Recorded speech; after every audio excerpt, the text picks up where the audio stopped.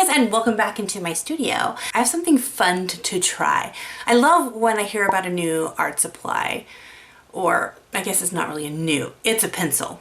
Watching a lot of YouTube videos while I'm working, because that's my favorite thing to do, is either listen to music, listen to books, or binge watch art YouTube videos and get inspired. I was watching Dina Norlund's YouTube channel and she was using a pencil with her watercolor, which isn't like, oh, pencil with watercolor, how dare you. Generally, if you put pencil down and then watercolor over it, two things will happen. One is you can't go back and erase the lines. They kind of just get cemented in there. And two, if you have a lighter color of watercolor and you mix it with the pencil, then it just muddies everything up. So your yellow then becomes kind of this muddy yellow. Some artists like to use pencils with watercolors, some artists don't, but I really like the sketchy look. And Diane recommended this pencil. Well, this is a bag, but the pencil's inside the bag. So I went down to my local little art shop, the Art Connection, because we're a tiny town and we have little mom and pop stores, which I love. And it is this. And again, it's been around for a while. This is a Faber Castell pencil. But this is the water-based varnish Faber Castell 8B, the 9000 series. She says she likes using it with watercolor, and I happened to see it, so I'm going to try it out. I'm also going to be trying out a new set of watercolors. I got this Arteza 36 pan set. By the way, this is not a sponsored video, but Arteza did send me these to test out, try out, and I'm going to give it a go. What I think of them, because it's a cool set. I like it. They're very heavy too.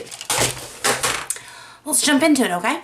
I was asking you guys on Instagram what I should paint or create, and you guys give me some really great suggestions. But one of them that just totally sparked inspiration and was one that I've been wanting to do for a while is a gnome. When I was a little girl, my sister had this cute little figurine of a gnome, and she was very cute. And then, I don't know if you guys remember the cartoon David the Gnome, but I loved the design, and so I want to kind of create a little gnome character gathering mushrooms, and I thought that's so cute. But I love it because they are, as I call it, traditionally built people. They're not super skinny, and they just got these great costumes. I just love them. And I know there's a lot of gnome lore with, especially with the creator of the David the Gnome series, which might be called something else in its traditional language. But I don't know all I know the hat color and size and everything had to do with how old they were and you know, they were married or single or all that good stuff. So I'm going to lay down my initial sketch, which if I was really had the time, I would make a thumbnail. But you know me, I'm just going to jump right in there and draw out my little gnome girl. I'm feeling confident. Probably will regret my life choices, but for right now, feeling confident. So I haven't drawn in her arms, as we can see here. I'm still trying to figure out exactly where I want her arms to be. I know I want her to be holding a mushroom. I'm trying to figure out how, where I want the mushroom. The creative process. So for this initial sketch, I'm using my blue Color Erase color pencils, which are really nice. They have a good vibrant color, but for the most part, as long as you don't push really, really hard, they erase really nicely. Now, if I were to watercolor straight over this, it does pull the pigment out a little bit, so it does muddy up things a little bit more. So I always try to lighten my pencil marks up. But I'm going to just lay these initial sketch lines in here, and then once I kind of get everything figured out, then I'm going to go back in and ink, if you will, with this pencil. And it doesn't seem like a total waste of time. Like I drew all that stuff and then I just erased it, but it shows up more in real life, but you can actually see the kind of the image. That way, as I go back in with this pencil, which again is just so dark. Oh my goodness, I love it. I don't know how well it would Probably should have done some testing on a separate sheet of paper to see how much it smudges and things like that, but you know me. Let's just go big or go home, I say.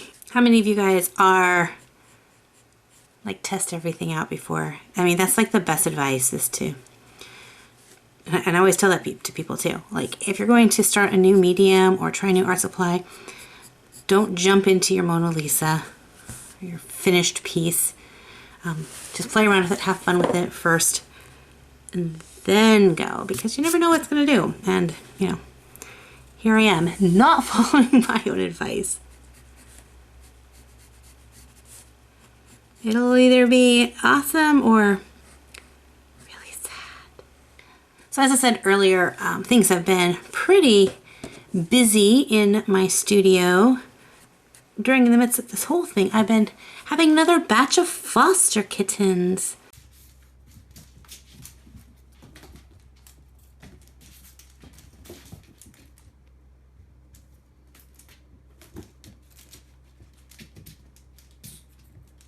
Last year I started fostering from my local animal shelter, which many times when they get kittens who are too young to be adopted, because they have to be a certain age and weight before they can get fixed, and a lot of shelters want to make sure all their animals are fixed before they adopt them out, because if they don't, the chances of them getting fixed are really slim. So if they do it beforehand, then there's a lot less puppies and kittens that are without homes later on.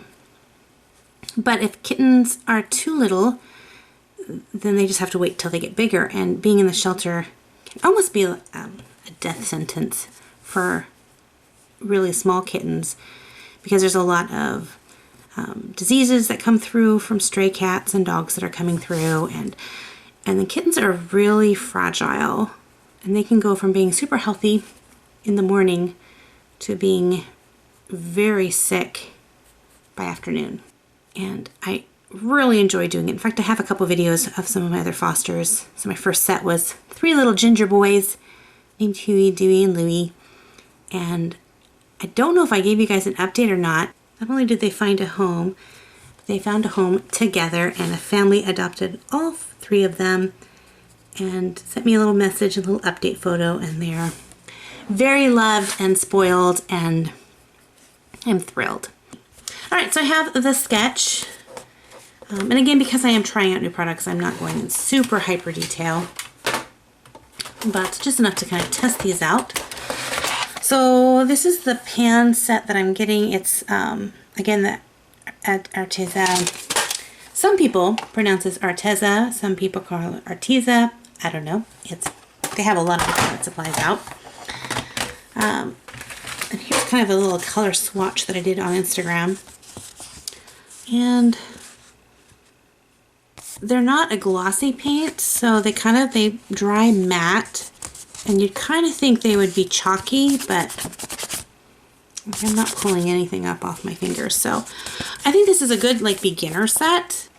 So maybe if you're wanting to get something a little bit nicer than a Pranng, a little bit bigger, this would be a fun set. I'll leave a link in the description box below where you can pick this up if you want to. Again, not sponsored, but just giving you some information. So I'm going to throw on some color and see how well this does with this pencil.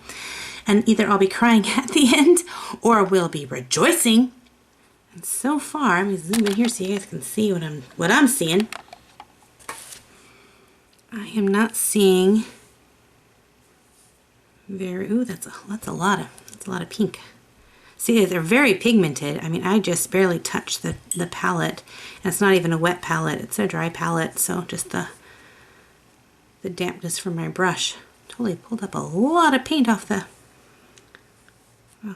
the cakes again, doing that. Well, she has a little sunburn. We'll tone her down just a bit.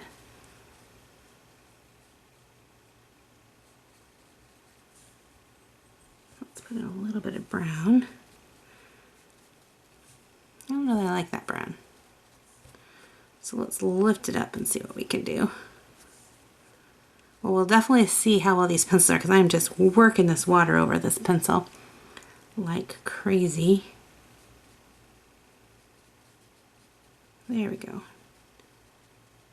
Should have a secondary camera so you can see what colors I'm using. But I'm not that set up right now. So I'm going to put in a little bit of purple. Because I love to shadow with purple. Or blues for skin tones. Alright, I'm going to let that dry and see what colors kind of come to the surface. I'm going to start off with a lighter color for her skirt so I can give her some patterns on there. So let's go with a nice sunny yellow here.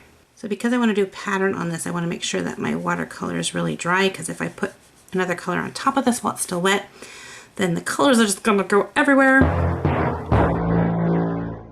Oh dear, see? But if that happens, I'm just going to kind of blend it up a little bit and just let it dry a little bit, because the more I play with it, the more it's just going to kind of leak over. But it's not the end of the world. Give her a nice red hat. And I think I'm going to give her nice red shoes.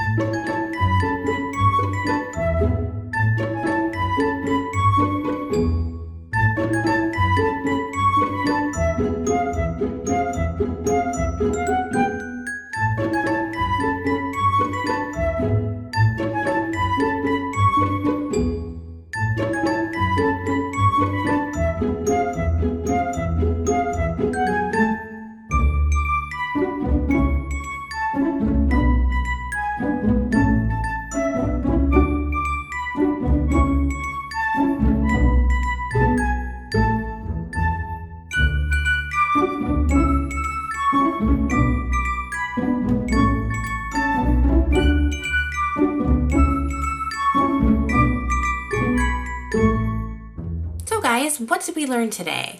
We learned that this graphite pencil does work with watercolor. It doesn't move. We also learned that this Arteza set is a pretty good beginner's set. I would say way superior to like Crayola or, you know, all the really low end brands. Right up there with Pranng. I like the variety of colors. I like the case itself, I think is fabulous. I did not use the water brush that was in here.